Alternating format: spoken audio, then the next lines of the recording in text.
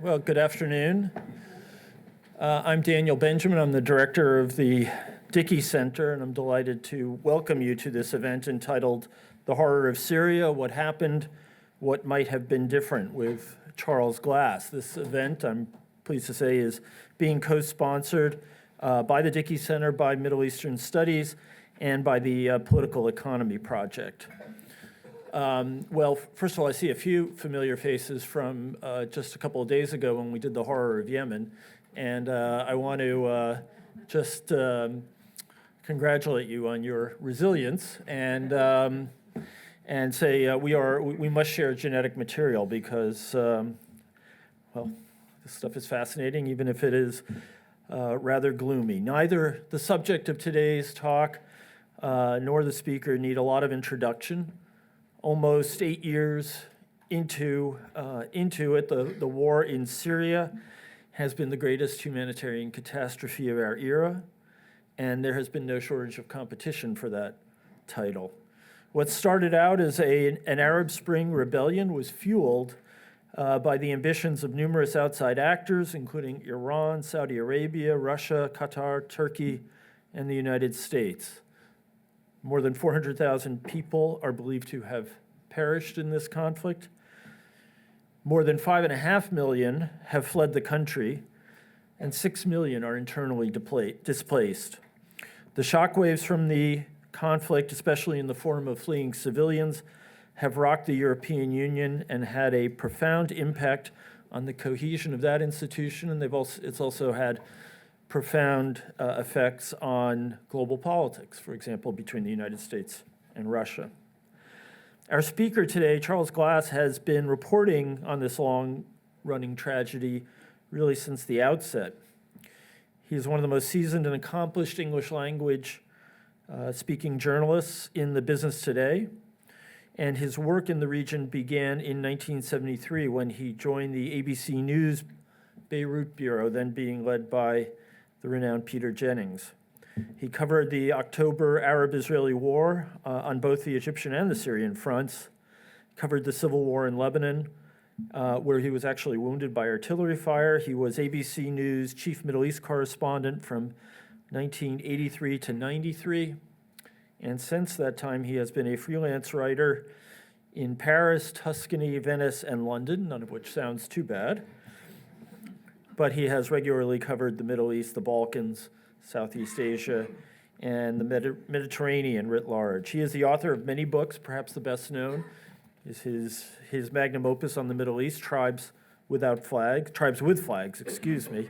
He also co-wrote with Patrick Coburn a book, Syria Burning, a short history of the catastrophe. He's written several books on the world wars of the last century. Most recently, They Fought Alone, the true story of the Star Brothers, British secret agents in Nazi-occupied France, which came out just last September, is that correct? And his work has appeared everywhere, in Time Magazine, in The Guardian, in The Telegraph, The Independent, the Times Literary Supplement, on and on. He's published short fiction in Granta, and he has been a special correspondent for the London Review of Books and writes regularly for the New York Review of Books. He's also made many documentary films. He's been honored by the Overseas Press Club. He's shared both the Commonwealth and George Foster Peabody Awards. Born in Los Angeles, California, he makes his home in London, Provence, as he told me over lunch, in Beirut, thus eliciting the envy of all of us.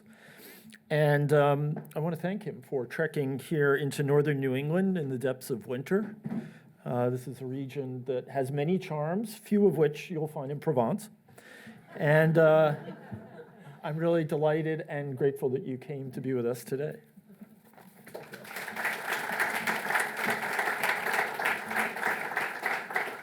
Thank you for the glowing introduction, and thank you all for coming in the snow to hear what's going to be a rather tedious little talk about a country you don't know anything, or you probably all know more about than I do. Syria, I don't know, how many of you have been to Syria? Oh, good, there's quite a few, that's great. Did you like it?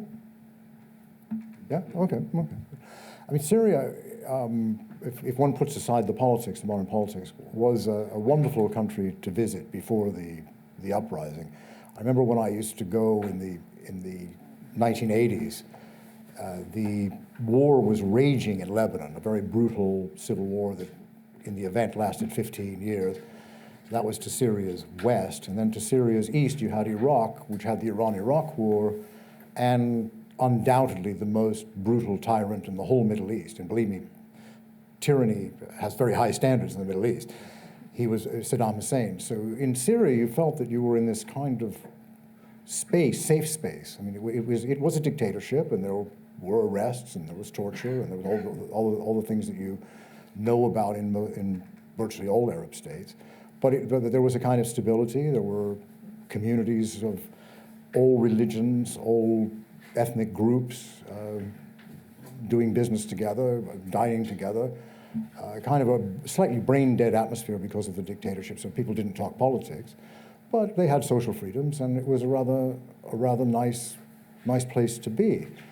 And I spent a lot of time in Syria in those days in the 80s, going back and forth to Beirut, where I was then living and covering the Lebanese war and the presence of the American Marines at that time after the Israeli invasion.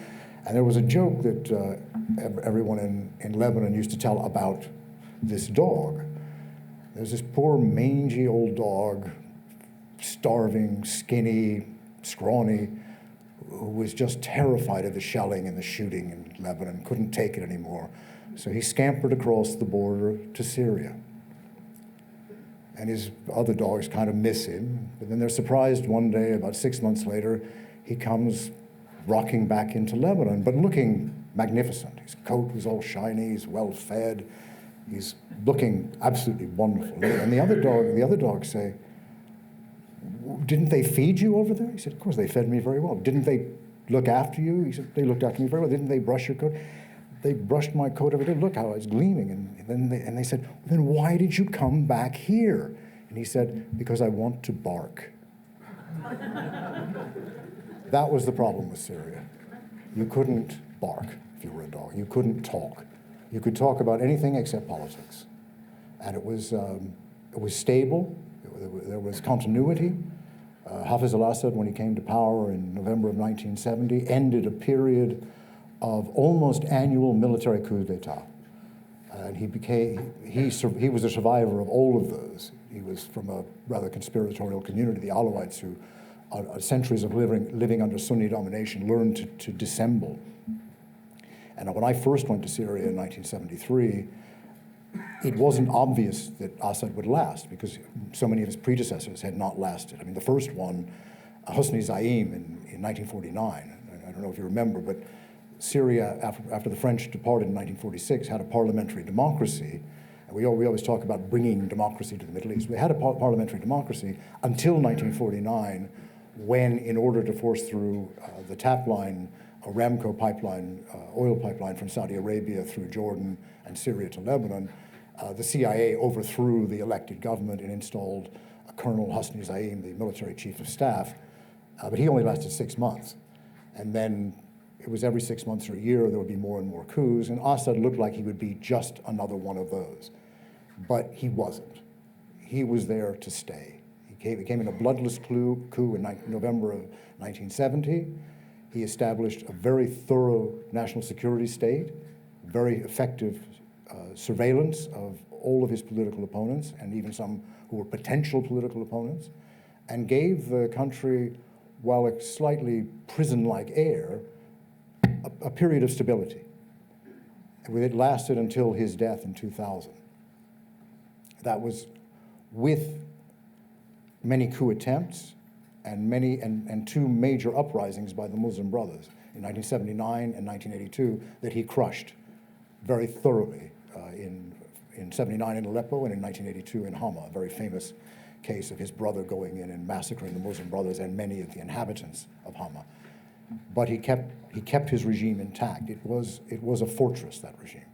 So when he died in 2000, his son, Bashar, succeeded him. Now, Syria was meant to be a republic, not a monarchy. It's not, the succession should not pass from father to son. But it was Syria, and it was the Assads. And the only thing that Hafez could imagine succeeding him was his son. His son, who had spent nearly a year in Britain studying ophthalmology, was seen as a kind of great white hope for Syria by the West. They thought he was going to bring democracy to his country and serious reforms, free elections, and so forth, because he said he would do that. He said he was going to reform the system. There was something called the Damascus Spring in the first year of his presidency. And during this Damascus Spring, he allowed, for the first time, a private newspaper to be published. The Lamplighter, it was called. He allowed private banks to open. He encouraged private investment. He introduced a kind of neoliberal economy to Syria, which had been a rather strict socialist economy before. So in theory, things were moving in a direction that the Western world would like and that many Syrians might have liked. But some of the people who were encouraged to speak their mind spoke a little too much.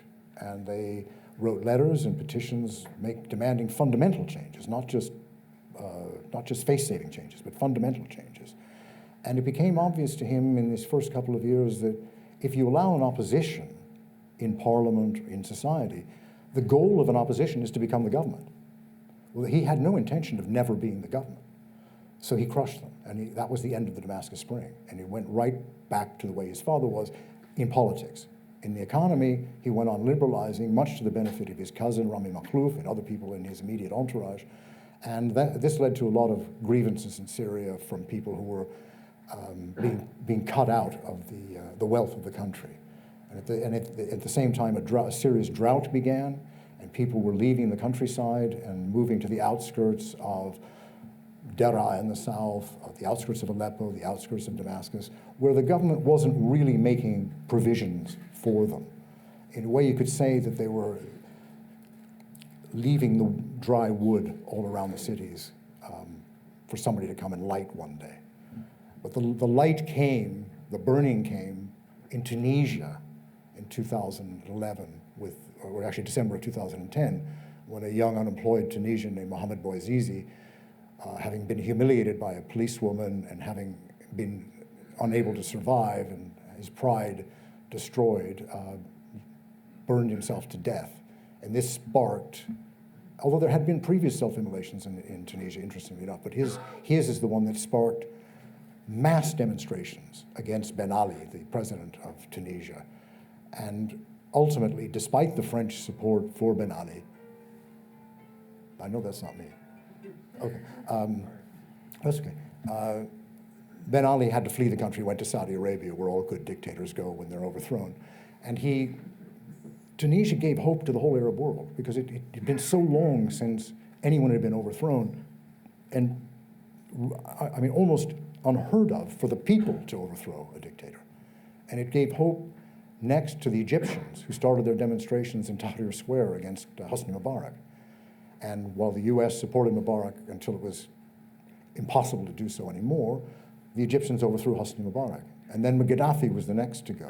And in Gaddafi's case, it wasn't popular demonstrations, it was a guerrilla movement that led to his overthrow. And that guerrilla movement, or several guerrilla movements, received air support from Britain, France, and the United States, which was air support that was decisive in getting rid of Gaddafi. Libya, unfortunately, descended into chaos afterwards. But in Syria, people were watching all of this.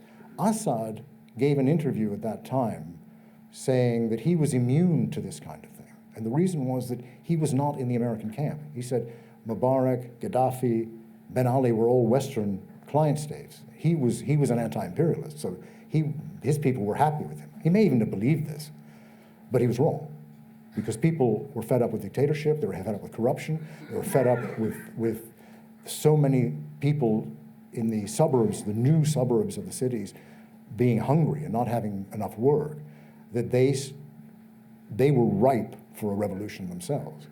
And the spark came in Deraa, which is a very dusty border town right on the border with Jordan. It's famous in Seven Pillars of Wisdom, where Lawrence said he lost the citadel of his integrity when he was captured by the Turks.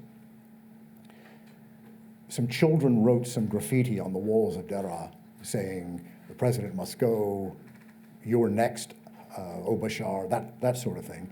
And Bashar's cousin, who was the security chief in Daraa, arrested the children and tortured them. Now, Syria, torture is not unusual, but torturing children was unheard of.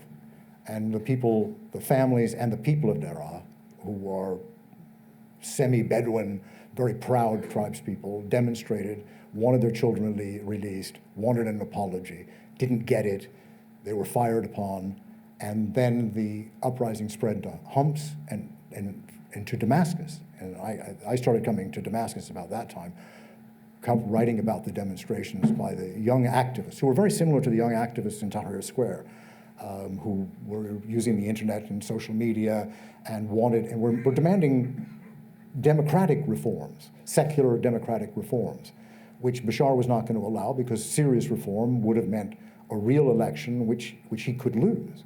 He might not, but he could, and he didn't want to take that chance. So the young people who were doing this endured being shot at, they endured being arrested, they endured being tortured, and there was a lively discussion amongst them that I remember very well because I used to sit in on some of them, whether they should fight back or whether they should continue with civil disobedience, continue with general strikes, continue with demonstrations, or arm themselves and take on the army. And I remember one young man told me, he said, we cannot choose the route of violence because the regime is built for that. The regime knew how to beat the Muslim Brothers. It knew how to put down violent demonstrations. It wasn't used to dealing with nonviolent civil disobedience. But others won the day. And all of those young people that I knew who were against becoming violent have left the country or are in prison. In any case, the war became a war before the end of the year, and that began the self-destruction of Syria with Homs, first large areas of Homs being annihilated, rebel-held areas of Homs being annihilated by government forces, serious demonstrations and violence on the outskirts of Damascus. Rebels liberate what they call liberated areas like Daraa, and in Idlib there were more and more demonstrations, pulling down the Assad statues, trying to hold territory, losing territory. And the war escalated and escalated, and then the United States had to make a decision, or felt it had to make a decision on how to respond to these events in this country. The arguments, and I wrote a piece for Harper's Magazine in the last issue. I spoke to most of the people involved in making Syria policy under Obama, and there were very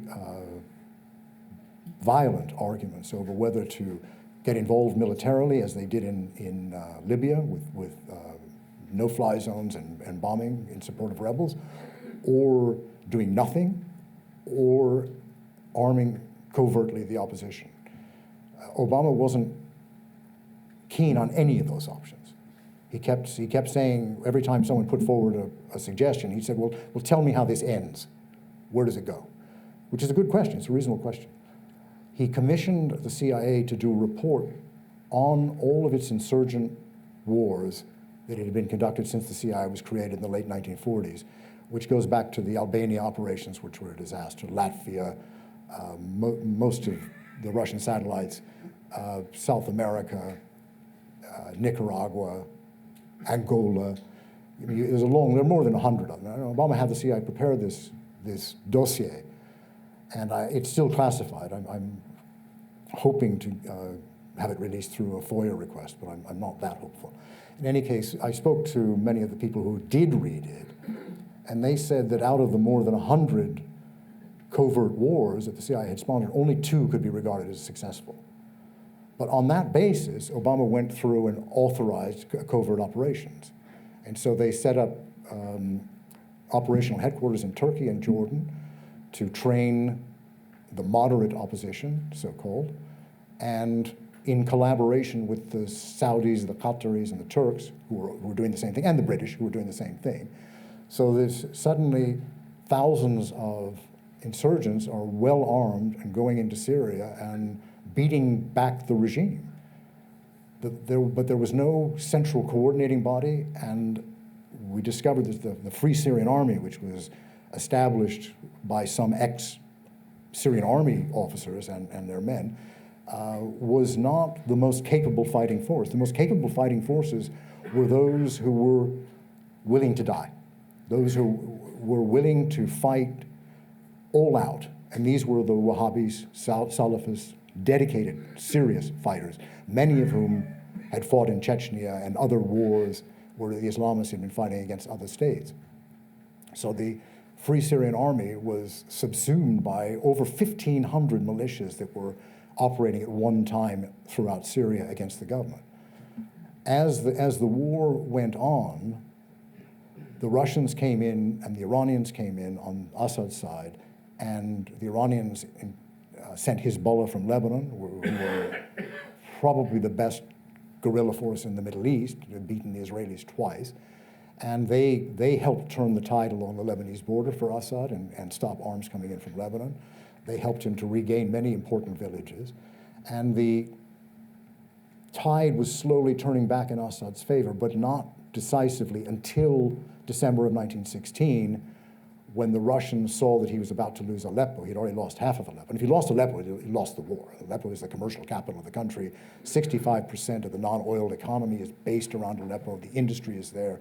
And it might even be the most populous city. Damascus and Aleppo always have this rivalry that one is the oldest city that ever, oldest continuously inhabited city on earth, and the most populous city in Syria. Both of them claim this, and I don't know which is true, by the way. I'm not going to take sides in the Aleppo-Damascus dispute. But Aleppo is vital. Russian air power combined with Iranian support and the Syrian army managed to drive the rebels out of Aleppo, where they had come uninvited. In other areas, people were welcoming rebels, but not in Aleppo. Aleppo was a prosperous city that did not want to fight the regime. They also had memories of what had happened in 1979, and they knew the regime was probably not going to disappear. And some of the rebel commanders said, we were going to punish Aleppo for not joining the revolution. The revolution came to Aleppo. Aleppo was not a revolutionary city. But anyway, in December 2016, when Aleppo was cleaned up, it was a matter of time until the regime could isolate the rebels in one area or another and force them to besiege them and force them to surrender. And they would then offer them, if they surrendered, they could either go back to some other part of Syria where the rebels were still in control, usually Idlib province, or they could go home unarmed, or they go to prison. I mean, it was a very easy choice, so most of them went to Idlib. By now, I mean, in the last year, the Syrian government has restored its position in the suburbs of Damascus, so there's no more shelling of Damascus. The suburbs are destroyed. Damascus city is more or less intact. And the government is on a roll. It feels it is won, and indeed it has won the most decisive issue of the war, which is the future of the president. He is there for the foreseeable future. No one can dislodge him anymore. After 8 years, if the outside powers with their rebel allies inside could not get rid of him, they're not going to do it in another 8 years.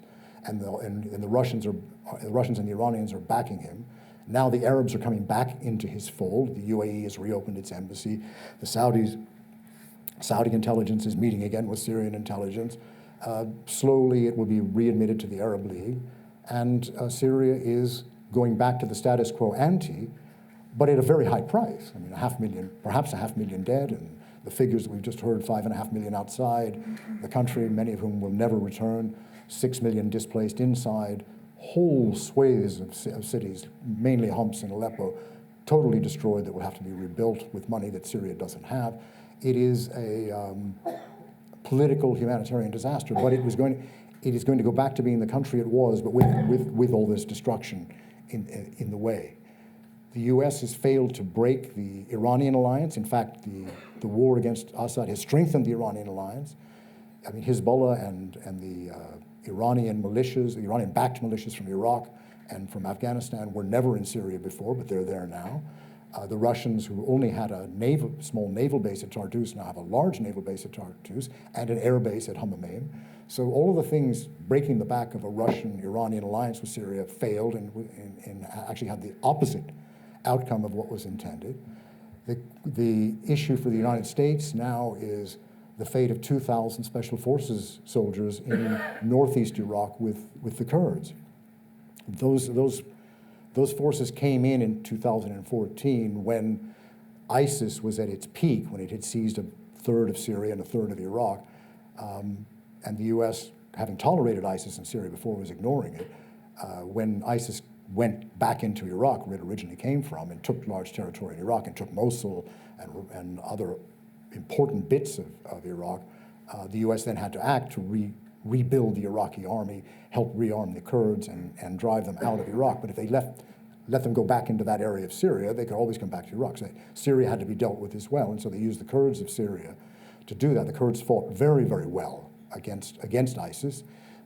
I think today they may be just finishing the last village, ISIS-held village in eastern Syria, and that means that the United States administration will be free to withdraw those 2,000 troops, which the president has promised he would do. But the question is then, and this has nothing to do about the whole future of Syria, but it's about what does the U.S. do about its allies, the Kurds, the people who fought for them, and who fought very well for them, and who left the Kurdish areas in the northeast and went all the way down to Raqqa to fight in Arab areas for them, and went to Manbij to fight for them. Are just going to leave them there. If they do just leave them there, the Turkish army, which is occupying northeast Syria, the provinces of Idlib and Afrin they already ethnically cleansed the Kurds when they went in, and northern Aleppo province, will the Turkish army then just sweep across the Euphrates and take that area, in which case, if they do that, they will annihilate the Kurds as they did in Afrin. And that would be a serious stain on America's reputation in ways that it deals with its allies. I mean, Russia and Iran have shown that they are very loyal to their allies. They saved Bashar al-Assad. The U.S. may be in danger of showing that it can't be trusted by its allies.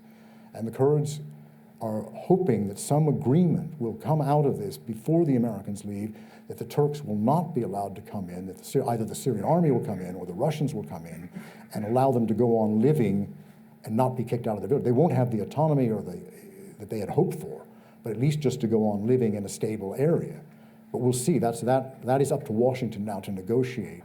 And it is a sort of a loose end of a long war. It's a tail end of a long losing war by the West. I mean, it's not just by the U.S. It's the British, the French, Qatar, and Saudi Arabia, all deeply involved on that side. And the Arabs have thrown in the towel.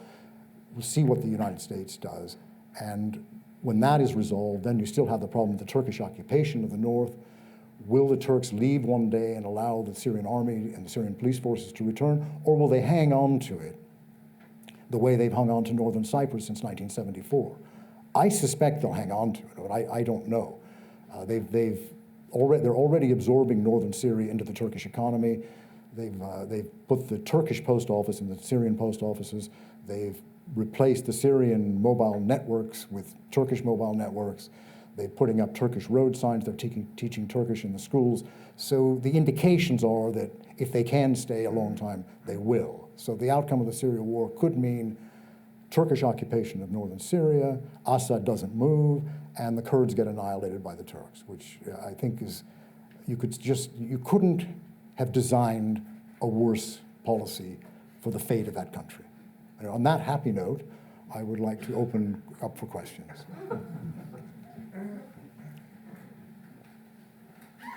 No questions? Wow. We read in the newspaper of, do you want me to get a mic? Nope, I'm waved off. Of swaps between Sunni and Shia villages, 10,000 people each moving. What is the Sunni-Shia background to all you described? Well, Syria has a very, very small Sunni, Shia population. And there were two villages up in the north, Kafua and I forget the name of the other one.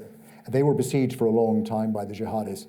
And in order for the jihadists to leave some areas where they were besieged, they allowed those people to come into the government areas, and they sent the jihadis up to the jihadi area. The makeup of Syria is basically, it's about 70% Sunni Arab, about 10%, well, these are pre-war figures, by the way. Now, with so many people having left, I'm not sure. About 10% Christian, no, maybe 6% Christian, 10% Alawi, 8% Druze, that sort of thing. So it was still a mix, and there are Ismailis, but actual Twelver Shiites, real Shiites, it's absolutely tiny part of the population. The Alawis and the Ismailis come out of Shiism, but they don't have any particular adherence to traditional Shiite practices. This is, what you have is the Alawis, or an Alawi family, ruling the country, and one of the reasons that the jihadis and many Sunni fundamentalists want to get rid of them is not because they're dictators, but because they're Alawi, and they regard the Alawis as a heretical sect, and that any rule by Alawis would be illegitimate, and so they have to go. But they're not going, as it happens. What are the consequences for Turkey using this genocide against the Kurds? Well, Turkey has a track record here. It didn't suffer from the genocide of the Armenians. It's been fighting a war on and off against the Kurds, against the PKK, but also against Kurdish villages in eastern Turkey since the 1980s. They've killed as many Kurds as Saddam Hussein has. And then last year, when they went into Afrin, they ethnically cleansed all the Kurds, and they don't seem to have suffered any consequences at all. So probably nothing. Why does anyone talk about this now? They never have. The United States has a long record of betraying the Kurds. And the United States was, in the early 1970s, was supporting the Kurdish rebellion of Mullah Mustafa Barzani against Saddam Hussein. And they poured weapons in there. They gave him logistical support. The Shah of Iran was supporting them. They were taking wide swathes of what they called liberated territory. And Saddam, in 1975, realized that he was not going to win that war against the Kurds. So he agreed to what the Americans and the Shah were demanding, which was a relocation of the border between Iran and Iraq in Iran's favor. So once he signed that agreement in Algiers, the next day, Henry Kissinger cut off all the supplies to the Kurds, the Shah closed the border, and Saddam sent his army up to northern Iraq to annihilate them, which he did, and the survivors went and lived in caves for years. I have many Kurdish friends who were born at that time, and they were all born in caves because their families were afraid to come out in the daytime. And the Kurds suffered a lot, and yet they keep going back to the United States for support and keep presenting themselves as America's most reliable ally in the region. And the U.S. used them very effectively in Iraq at a time when the Arab Iraqis were fighting an insurgency against the U.S. in Iraq, and the Kurds were the ones that they used to help fight against that insurgency. And they have never really been rewarded for that. Nor have they been, now it looks like they're not even going to be rewarded for their valiant efforts against the Islamic State. I apologize for this naive question, but I'm always confused about Shia and Sunni. If Syria is predominantly Sunni, how do you explain the alliance with Iran? Well, the leadership is Alawi. So the decision is made by the leadership. And that goes back to 1979. When the Shah fell in 1979, Saddam Hussein was in power in Iraq. That was the Iraqi Ba'ath Party. Hafiz al-Assad was the head of the Syrian Ba'ath Party. They hated each other. They had a blood feud. They used to kill each other's diplomats around the world. They were always trying to overthrow each other. And there was a real animosity between Hafiz al-Assad's regime and Saddam Hussein's regime. The Alawi regime, minority regime in Syria, the Sunni minority regime in Baghdad. Hafiz made a strategic decision to ally himself to Iraq's major enemy, which was Iran.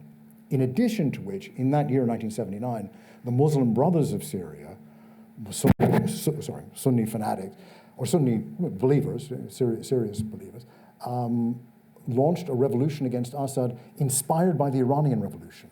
They announced that they wanted to turn Syria into an Islamic republic, albeit Sunni, like the Islamic Republic of Iran. Hafez, one, wanting to ally himself with the enemy of Saddam Hussein, two, wanted to ally himself with any potential support for an Islamic republic in Syria. So the Iranians were very happy to support him and not support the Muslim Brothers, who were Sunni fanatics anyway, and in the long run would probably have problems with Shia. So that is why there is this gap. Now, you might ask, as many people do, how did the Alawis, this tiny minority of a fringe Islamic sect, end up running the country? Well, it goes back to the French occupation of the country in 1920, when most Sunni Arabs and Arab nationalists did not recognize the French occupation of Syria, did not want the French there. So the French recruited the minorities. They recruited Armenians, they recruited Christians, they recruited Alawis. And so the Alawis became the officer corps, a large part of the officer corps of the army. And that's how eventually, when the army began in 1949 taking over, slowly the best conspirators were those Alawis. And the best conspirator of all came out on top in November of 1970, Hafiz al-Assad.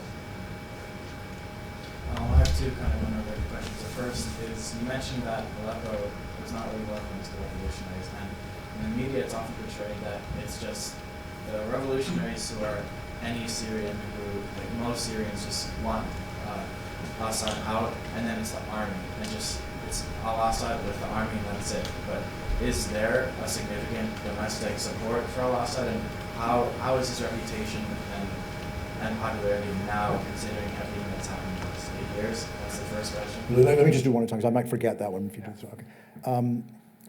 In Aleppo, the rebels came from outside. I'll give you a kind of little vignette, which didn't happen in Aleppo. It happened in a village near Damascus. A friend of mine had his summer house up in the mountains in this village. And one day, the rebels came and set up, he wasn't there, he was in Damascus, but the rebels came and put a mortar position on the roof of his house. They fired down on an army checkpoint and ran away. The army fired back and destroyed his house. That's basically the civil war. That is what happened in Aleppo. People came in, they couldn't defend it. It's one thing to liberate an area and then be able to defend it, but to go into people's houses and take over a neighborhood and then have the neighborhood destroyed and you flee, that's a kind of betrayal of your own revolution. And that's basically what happened. And then the second question was, so you mentioned that Turkey is kind of, you think it's incorporating the northern province of Syria into their economy and all this stuff. And you said they might want to ethnically cleanse the Kurds and presumably let Turks settle there, but I also read that everyone wants to send a lot of the Syrian refugees who are in Turkey back to those provinces so that they can rid them of mainland Turkey. So what are his goals for that? It seems like it's kind of conflicting whether he wants to get rid of the refugees and let them go back home, or like settle Turks there, get rid of the Kurds, and kind of fully incorporate them. Well, no, the area that he has now, which is Idlib, Afrin, and northern Aleppo province, he already has ethnically cleansed the Kurds. He sent them to the northeast. They're gone. They fought very hard to try and hold the area because it's a largely Kurdish area, but they're not there now. There are no Kurds left. So he might want to send some Syrian refugees from Turkey to those empty houses left behind by the Kurds. But it doesn't mean that he would leave. And I don't know that he's going to leave. He may just be doing this as a bargaining chip in some bigger game with the Saudis or the Americans. I don't know. I'm not privy to his thinking in this matter. But clearly he's put in place a position there where he could stay for a long, long time. He also has, I mean, according to the U.S. government, there are about 70,000 insurgents, mainly jihadis, in the areas under Turkish control. So Erdogan still has to deal with them, either use them as a strike force when he needs them, or figure out a way to let them go home one day, because they're not all Syrians. Given the extraordinary, complex, violent history of the Middle East going back thousands of years, and given your experience in oversight of that area of the planet, and this is a question based on the people, not the ruler, where do you find any sense of optimism? I'm having lived on and off in the Middle East for so long, I don't have any optimism myself. But I don't believe these conflicts are millennia old, in fact. I think they're 20th century phenomena. They stem, under the Ottomans, there was very little intercommunal violence. There were some massacres of Christians in 1860 in Damascus, 1851 in Aleppo, but generally, not a lot. I mean, probably less than race riots by whites or blacks in this country during the same period. Now, the French-British occupation, which cut up the area and deprived it of many areas of their natural harbors and their usual trade routes and so on, rewrote the whole game.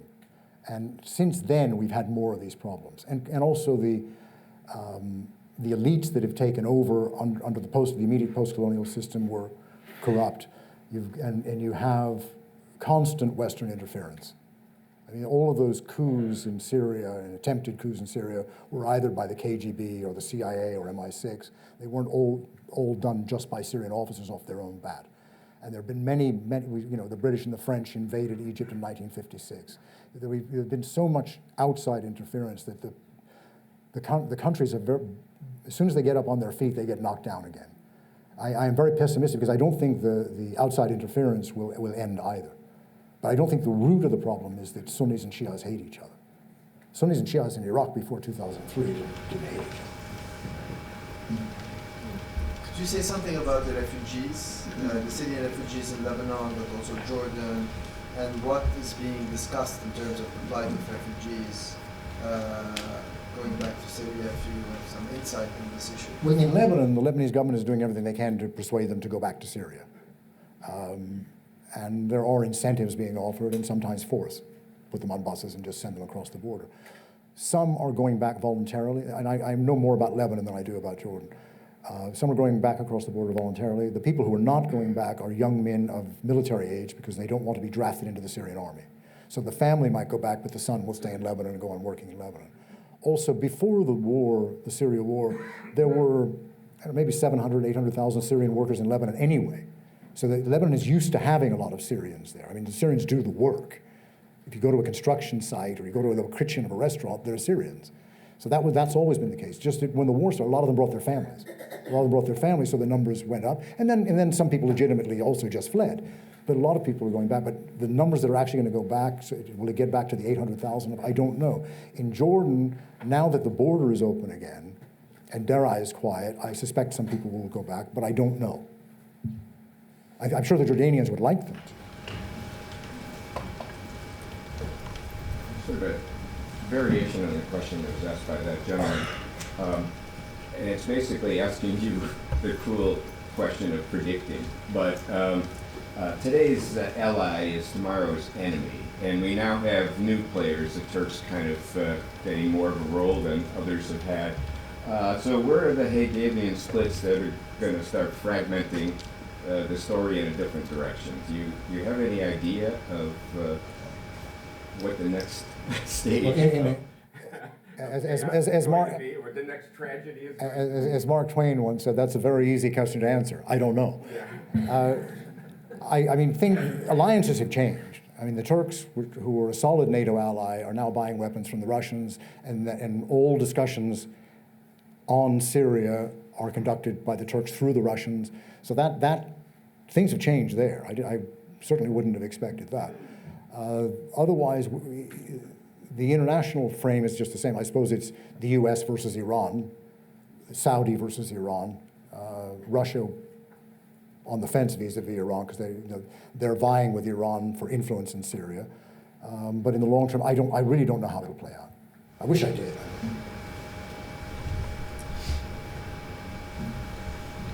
Is it impractical for the Kurdish group threatened by the Turks to be relocated within the Mideast? Is it such a big group that they couldn't, if they're in dire straits where they are, some kind of relocation, but is it totally impractical?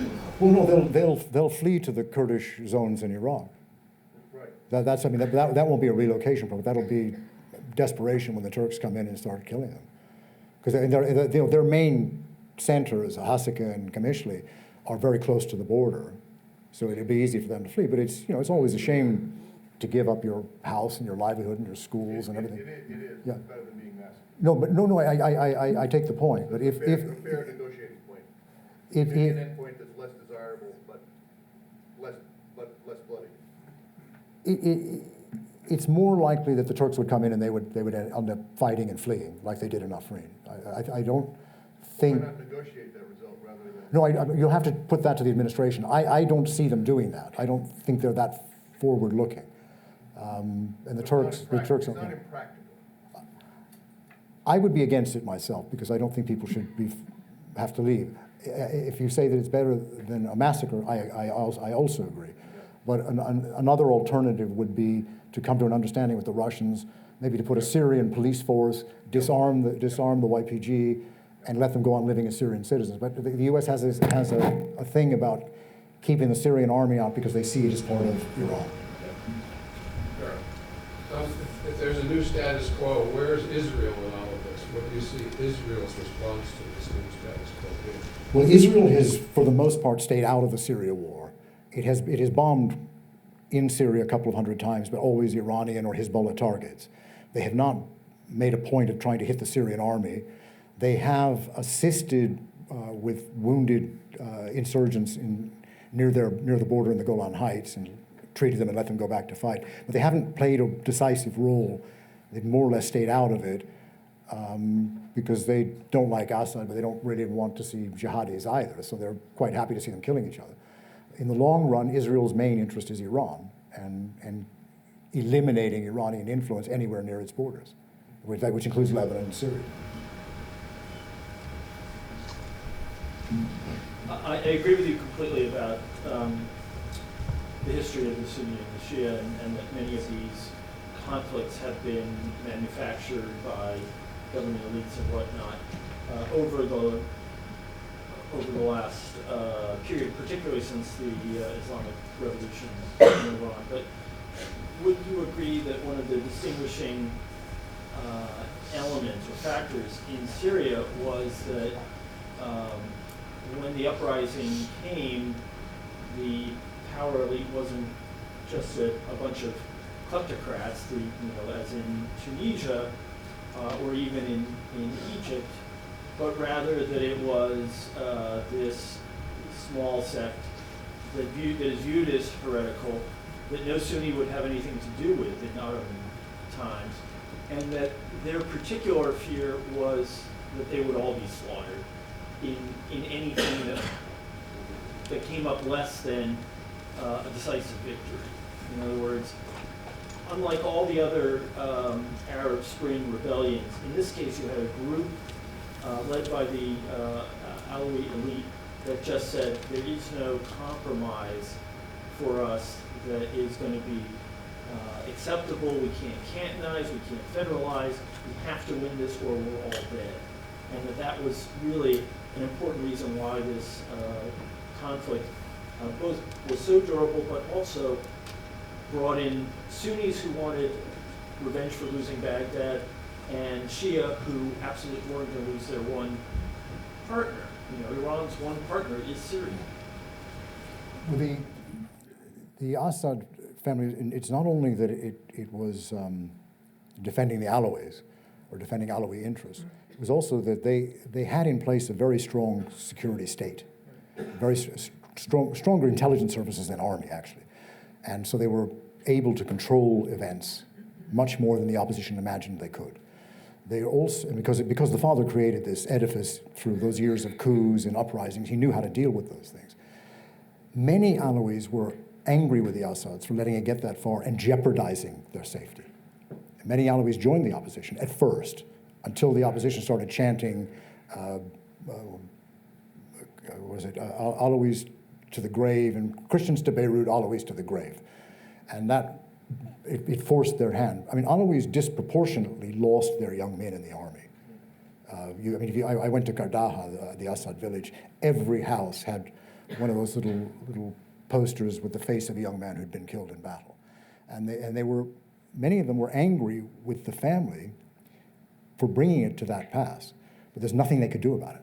They had to defend themselves. And the Christians felt that they were in the same position. The Druze stayed neutral.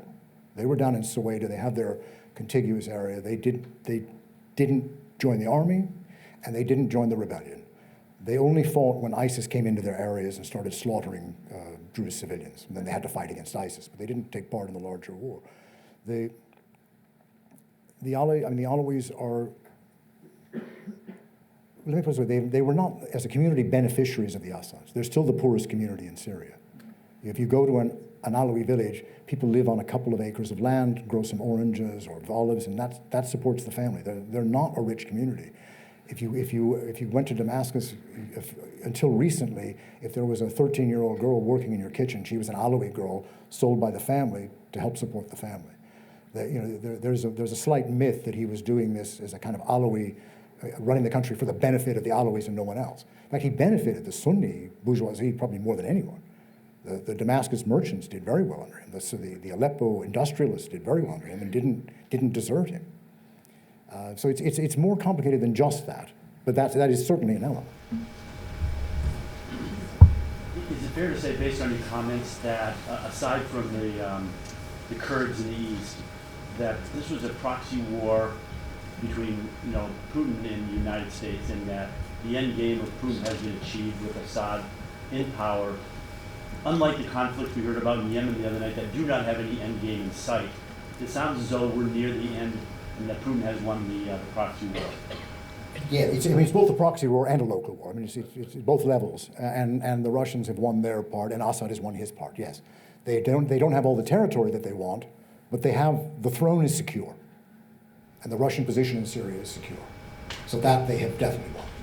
So it sounds like in Syria, at least, unlike other conflicts, an end game is in sight where others just seem to be elusive at this point. I mean, the end game is done. It's just a matter of these territorial issues with the Turks and the Northeast. But basically, the war is over. The real war is over. It's decided. The fighting will now be about other things.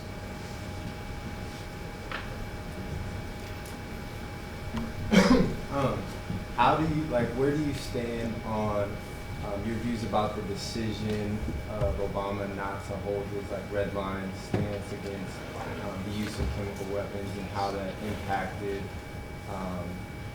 just the trust of the United States to allies in the area?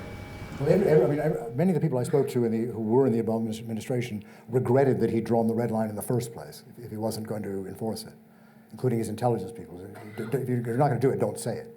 But in the event, by a series of unexpected developments, Obama got what he wanted without bombing.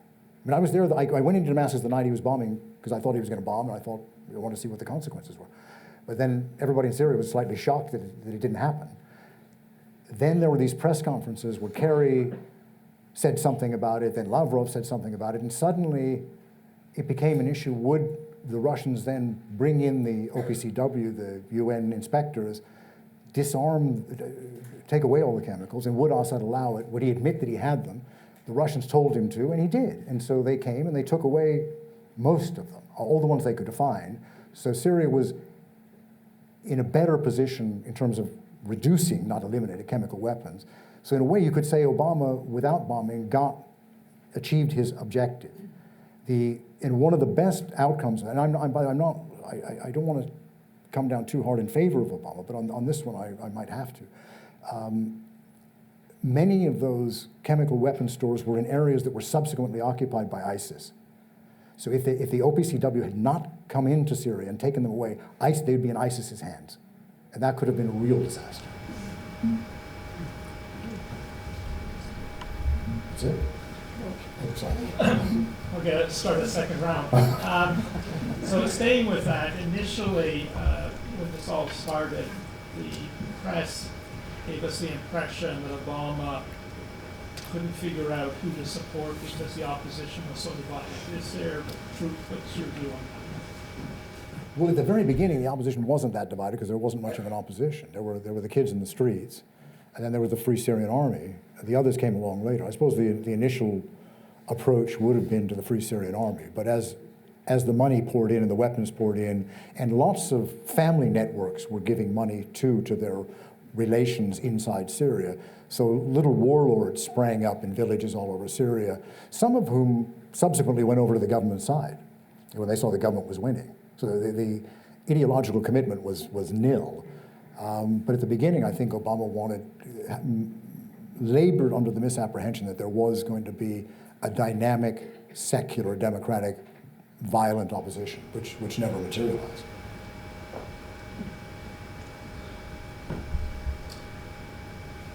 Since you're speaking here in the U.S., what would you estimate or assess as the damage to the U.S. position and prestige in the region? And secondarily, should we care? Well, I think that the damage is probably slight. I mean, you win some, you lose some. It's been very good for Russia, whose prestige has risen a lot in the region. But, you know, in a year or two, people will forget. I mean, they bounced back from the Iraq War, which is a much bigger catastrophe for the U.S. Well, I mean, in a way. I mean, the oil states have not left the American camp, which is the real concern of the U.S. They still sell the oil to the U.S. and its allies, and they still buy American weapons. Those are the core issues, and Israel is still secure. You talked a little bit about the dynamics between the Alawites and the Sunnis and Shias and the Druze, but I was wondering about the dynamics between the Christian community and the West, and what their stance is on the regime, how it's benefited them, what the history is, and maybe what's Lebanon's interest. They said like they wanted the Christians to go back to Beirut, some of the Alawites and some of these, they said, or the rebels said like Christians go back to Beirut. Oh, it was a chant. Yeah. So I guess what are the dynamics between the Christian community there, and how it might be different in Lebanon and other places? Well, in areas where there was a lot of fighting, Christian areas with a lot of fighting, like in Malula, the village of Malula, where many of the people still speak Aramaic, people had to flee when the jihadis took over the village, and they came to Damascus. And then of those who came to Damascus, many went to Lebanon, and many have now gone back to Malula. In Wadi Nassar up in the north, it's not clear. Many people fled. In Aleppo, there's been the greatest loss of Christians, mainly Armenians. There were, I think, about 40,000 Armenians there before the war. There are probably 20,000 now. All estimates, but based on what community leaders have told me.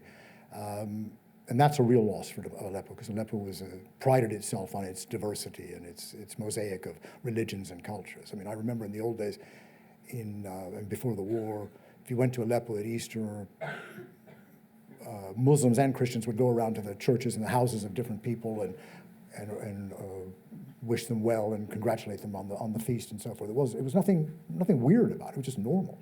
I think that's probably not the case for the time being. And many of those Armenians who have left, who were the majority of the Christians in Aleppo, will not come back. They've gone to Armenia or California.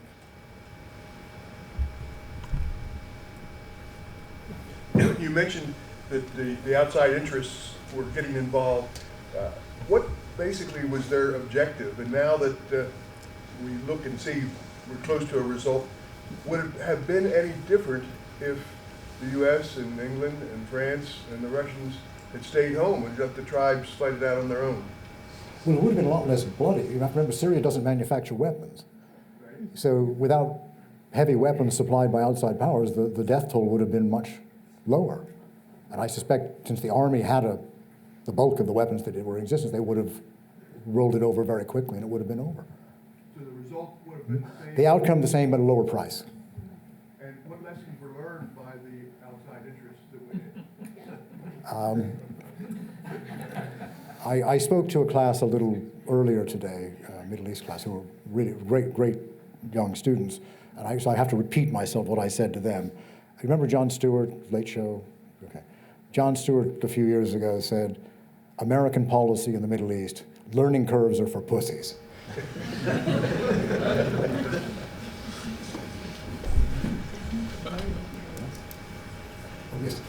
Well, I wonder if you could say something about the role of the Gulf states in supporting some of these Islamist militias, Nusra and groups like that.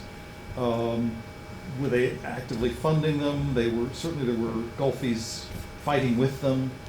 So, what's the? Well, an interesting side war, because in any war there's more than one war going on, was the war between Qatar and Saudi Arabia for influence over the rebellion.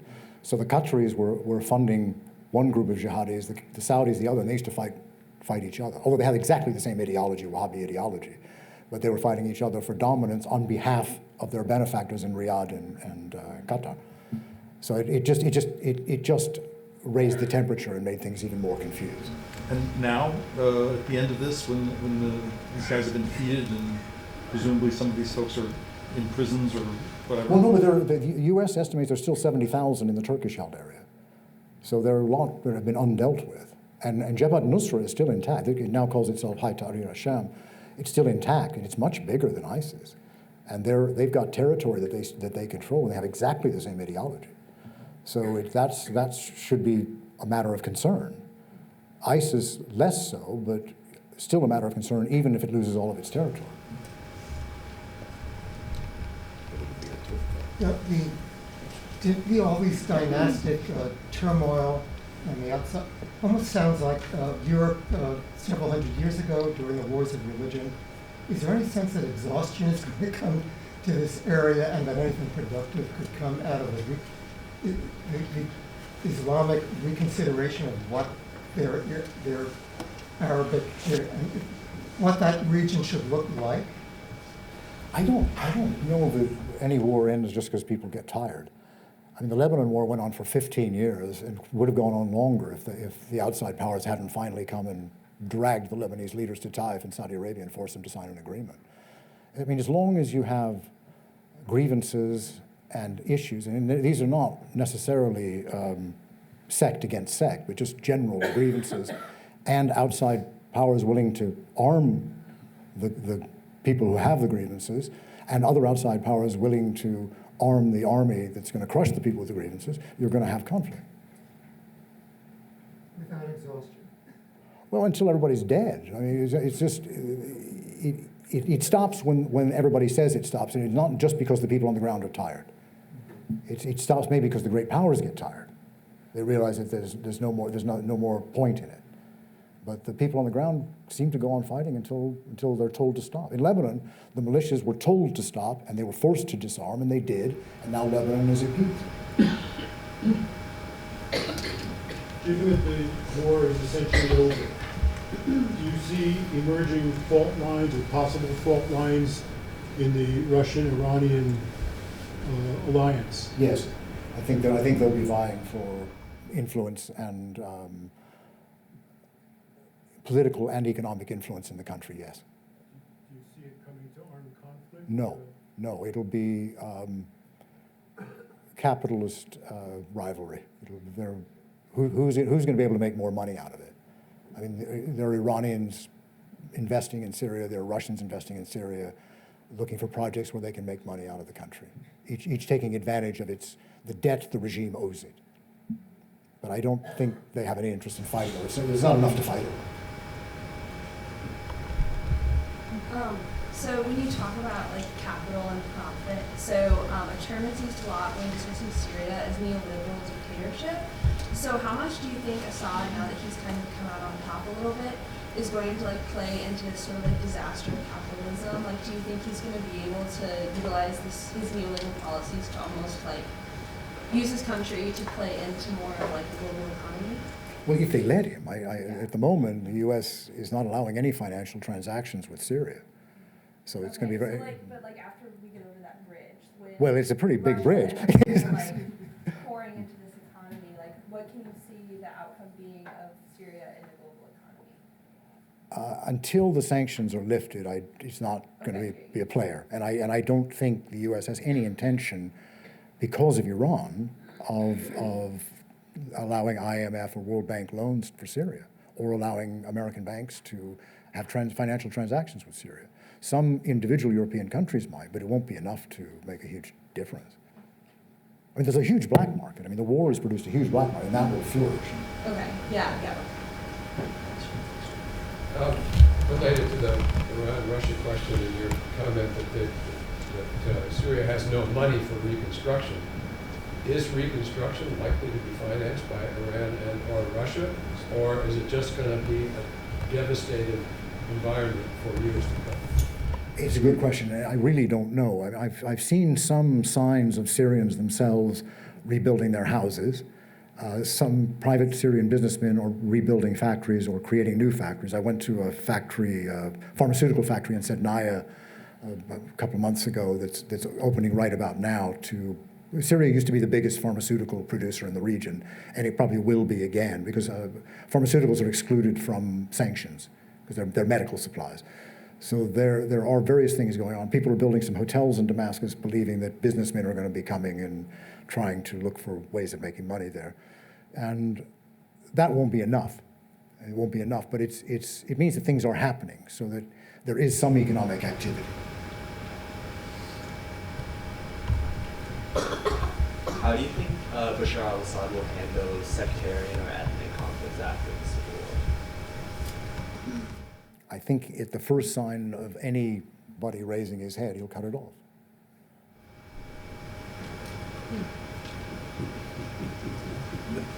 So if you could dictate U.S. policy now.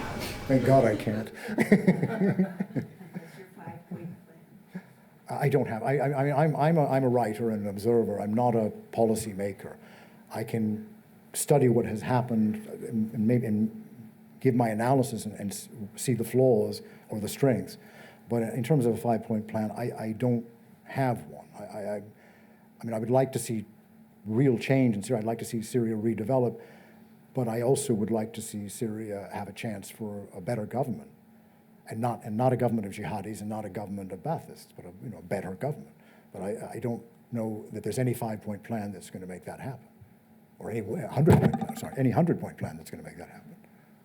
I'm sorry, but I just don't.